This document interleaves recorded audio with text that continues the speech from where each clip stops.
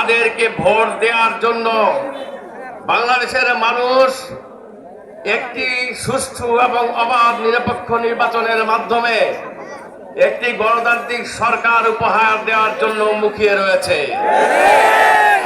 কিন্তু আমরা লক্ষ্য করেছি একটি রাজনৈতিক দল তাদের জনসমর্থনে ভাটা দেখে তারা অবৈধ উপায়ে বাংলাদেশের রাষ্ট্র ক্ষমতায় আসার পায়তারা চালাচ্ছে। আমরা স্পষ্ট ভাষায় বলতে চাই, আমরা ভোট কেন্দ্রগুলি পাহারা দেব, একটি জাল ভোট দেব না, একটি জাল ভোটও আমরা প্রদান করতে দেওয়া হবে না।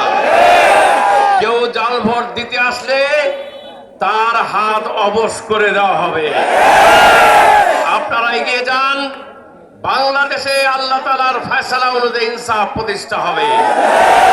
গণজোয়ার সৃষ্টি হয়েছে, সারা পৃথিবী সাক্ষ্য দিচ্ছে আগামী দিনের বাংলাদেশ জামাত ইসলামীর বাংলাদেশ, বাংলাদেশ 10 দলীয় ঐক্যজোটের বাংলাদেশ, আগামী দিনের বাংলাদেশ দাঁড়িপাল্লার বাংলাদেশ, আগামী দিনের বাংলাদেশ ইনসাফের বাংলাদেশ।